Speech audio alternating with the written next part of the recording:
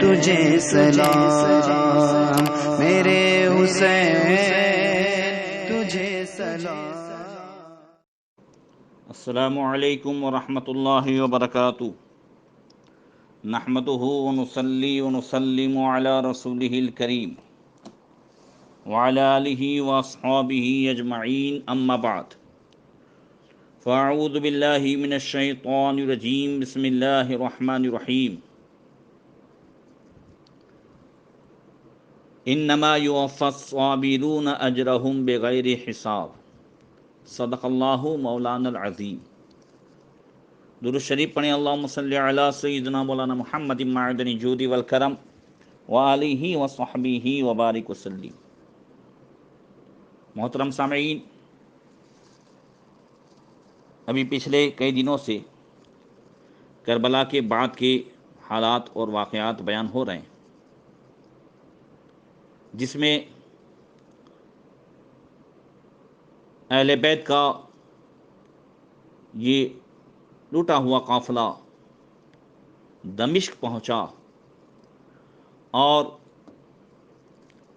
یزید کے سامنے امام زین العابدین رضی اللہ تعالیٰ عنہ نے جو چند باتیں رکھی، اس میں سے دوسری بات یہ تھی کہ جمعہ کے دن مجھے خطبہ دینے کا حق دے، اور آپ نے وہ خطبہ دیا۔ اس خطبے کے 3 حصے ہیں، جس میں سے ایک حصہ بیان ہوا، جس میں دنیا کی فریب کاری اور مومن کا مقصد آخرت، اور جو کچھ وہ دنیا میں کمائے گا وہی پائے گا، دنیا کی بے ثباتی اور ظالموں کے ظلم کا انجام، یہ سب کچھ بیان ہوا تھا۔ امام زین العابدین رضی اللہ تعالیٰ عنہ کے خطبے کے دوسرے حصے میں حضرت امام زین العابدین رضی اللہ تعالیٰ عنہ نے اپنی پہچان کرائی۔ ارشاد فرماتے ہیں، ایھا الناس من عرفنی عرفنی ومن لم يعرفني اعرف نفسي، انا علی بن حسین بن علی، انا ابن فاطمۃ الزہراء، انا ابن خدیجۃ الکبریٰ، انا ابن مکہ و مینا، انا ابن المروہ والصفا۔ اے لوگو، جو مجھے پہچانتا ہے پہچانتا ہے، اور جو نہیں پہچانتا تو میں اپنی پہچان کراتا ہوں۔ میں علی بن حسین بن علی، میں فاطمۃ الزہرا کا صاحبزادہ ہوں، میں خدیجۃ الکبریٰ کا بیٹا ہوں، میں مکہ اور مینا کا رہنے والا ہوں، میں مروہ اور صفا کا رہنے والا ہوں۔ انا ابن من صلی بملائکۃ السماء، انا ابن من دنا فتدلی فکان قاب قوسین او ادنی، انا ابن صاحب الشفاعۃ الکبریٰ، انا ابن صاحب الحوض واللواء، انا ابن صاحب الدلائل والمعجزات، انا ابن صاحب القرآن والکرامات، انا ابن سید المحمود، وانا ابن من لہ ابن صاحب الکرم والجود۔ اے لوگو، میں اس ذات کا بیٹا ہوں کہ جس پر آسمان کے فرشتے درود پڑھتے ہیں، میں اس کا بیٹا ہوں جس کی تعریف میں اللہ تبارک و تعالیٰ فرماتا ہے، دنا فتدلی فکان قاب قوسین او ادنی، یعنی اس ذات کا بیٹا ہوں جو معراج کی رات اللہ تعالیٰ کے اتنے قریب ہوئے کہ 2 کمانوں سے بھی کم کا فاصلہ ہو گیا۔ میں اس کا بیٹا ہوں جو شفاعت کبریٰ کا مالک ہے۔ میں اس کا بیٹا ہوں جو قیامت میں حوض کوثر کا ساقی ہوگا، حوض کوثر کا جام پلانے والا ہوگا۔ اور میں اس کا بیٹا ہوں جو قیامت کے دن صاحب علم ہوگا۔ میں صاحب دلائل و معجزات کا بیٹا ہوں۔ میں اس کا بیٹا ہوں جو کرامت و قرآن کا حامل ہے۔ میں بیٹا ہوں اس کا جو سردار ہے، جس کے لیے قیامت کے دن مقام محمود خاص ہے۔ پھر فرمایا کہ میں صاحب سخاوت اور عطا کا بیٹا ہوں۔ اس کے بعد فرمایا انا ابن الزاہد العابد،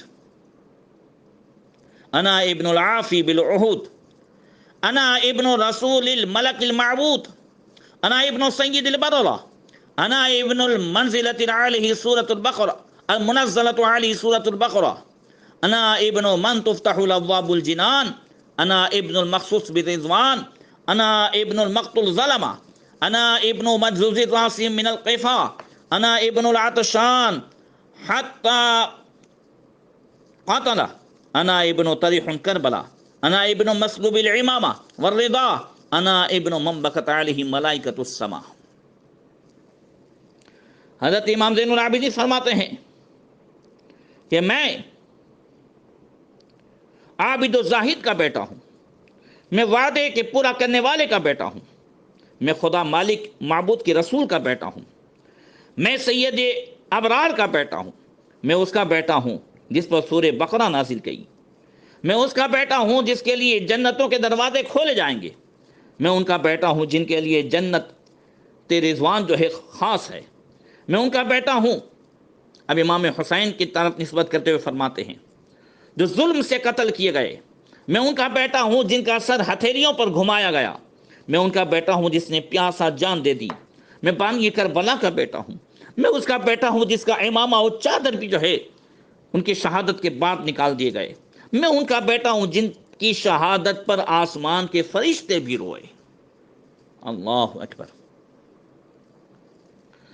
آگے فرماتے ہیں ایھا الناس ان اللہ تعالی ابتلعنا ببلاء حسن حیث جعل فینا رایۃ الہدی وجعل فی غیرنا رایۃ الضلالہ وفضلنا علی جميع العالمین وآتانا ما لم يؤت احدا من العالمین وخصص بخمسة اشیاء لم يوجد في الخلق اجمعین العلم والشجاعة والسخاء وحب اللہ ورسولی وآتانا ما لم يؤت احدا من العالمین۔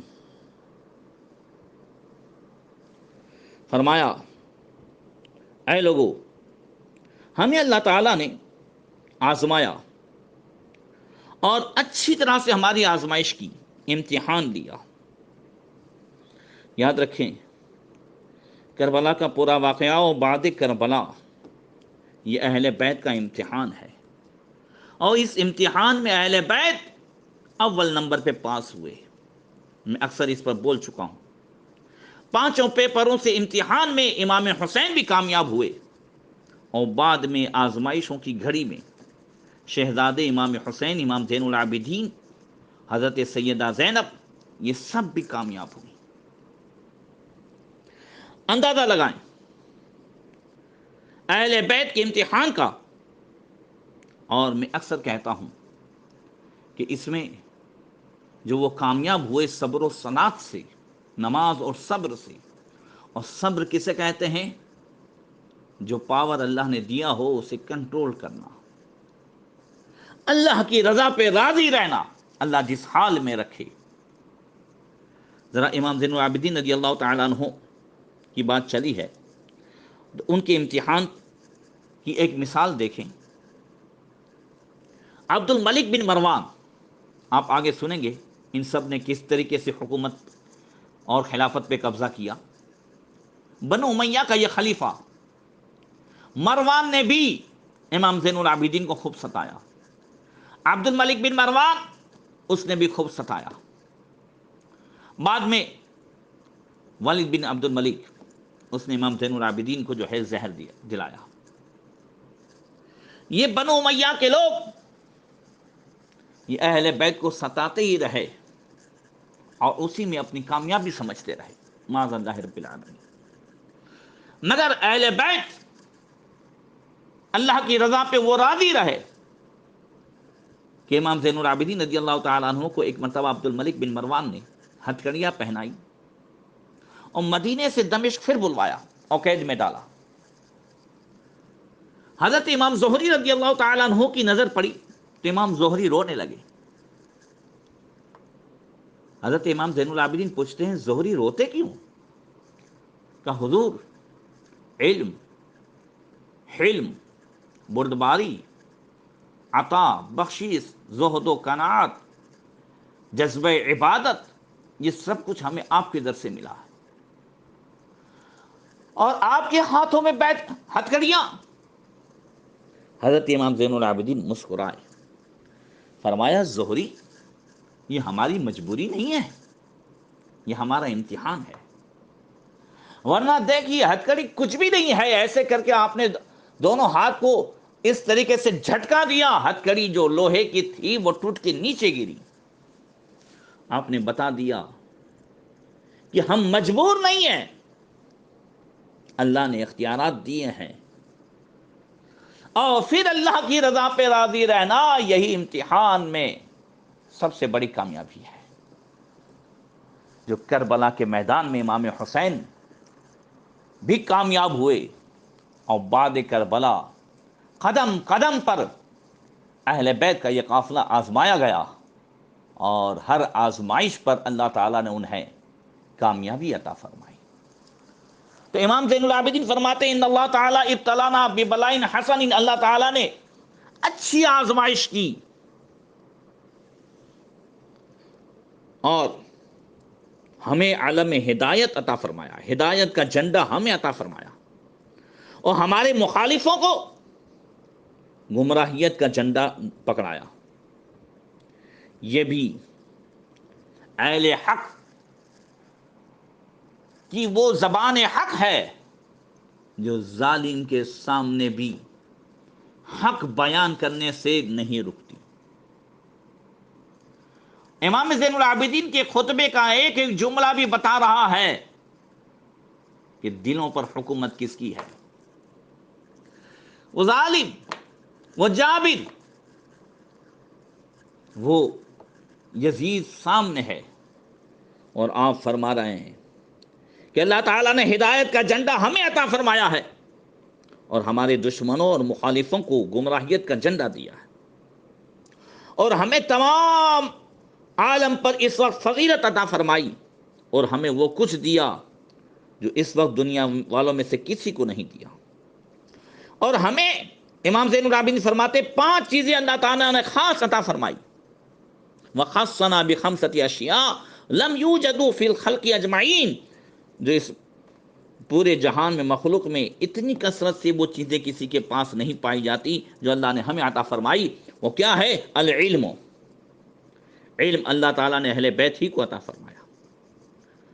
دیکھ لیجیے حضرت امام زین العابدین رضی اللہ تعالیٰ عنہ کے صاحبزادے امام محمد باقر، اللہ اکبر، علم کے چشمے پھوٹے ہیں تو انہی کی ذات سے۔ امام محمد باقر، امام جعفر صادق، امام اعظم ابو حنیفہ رضی اللہ تعالیٰ عنہ جن کے شاگرد ہیں، اللہ اکبر، امام اعظم جن کے تعلق سے فرمائے لولا السنتان لہلک النعمان، اگر امام جعفر صادق کی صحبت کے 2 سال نہ پائے جاتے تو نعمان بن ثابت جو ہے وہ ہلاک ہو جاتا۔ اور اللہ نے ہمیں وہ شجاعت و بہادری عطا فرمائی، یہ شجاعت ہی ہے جو ظالم کے سامنے اب حق بیانی فرما رہے ہیں، اور سخاوت عطا فرمائی، اللہ رسول کی محبت عطا فرمائی، اور ہمیں مخلوق میں وہ دیا جو کسی کو نہیں دیا۔ امام زین العابدین رضی اللہ تعالیٰ عنہ کا خطبہ یہ پورا ہوا۔ حضرت امام جعفر صادق رضی اللہ تعالیٰ عنہ فرماتے ہیں کہ اس خطبے کو سن کر لوگوں پر یہ اثر ہوا کہ لوگ چیخیں مار مار کر رونے لگے، اور اس قدر ہیجان و جوش بڑھا کہ یزید نے گھبرا کر اذان کی طرف اشارہ کر دیا۔ غرض کی اذان شروع ہو گئی۔ امام نے جب اللہ اکبر سنا تو فرمایا اللہ اکبر فوق کل کبیر، بے شک اللہ سب سے بڑا ہے۔ پھر مؤذن نے اشہد ان لا الہ الا اللہ اشہد ان محمد رسول اللہ جس میں 2 مرتبہ کہا، تو آپ نے امام زین العابدین نے فرمایا باللہ علیک اسکت، اے مؤذن تجھے خدا کی قسم ذرا چپ رہے۔ وہ چپ ہو گیا، چونکہ امام کا خطبہ جاری تھا اور یزید نے شرارت سے اذان شروع کرا دی۔ امام نے اسے چپ کرایا اور فرمایا یا یزید،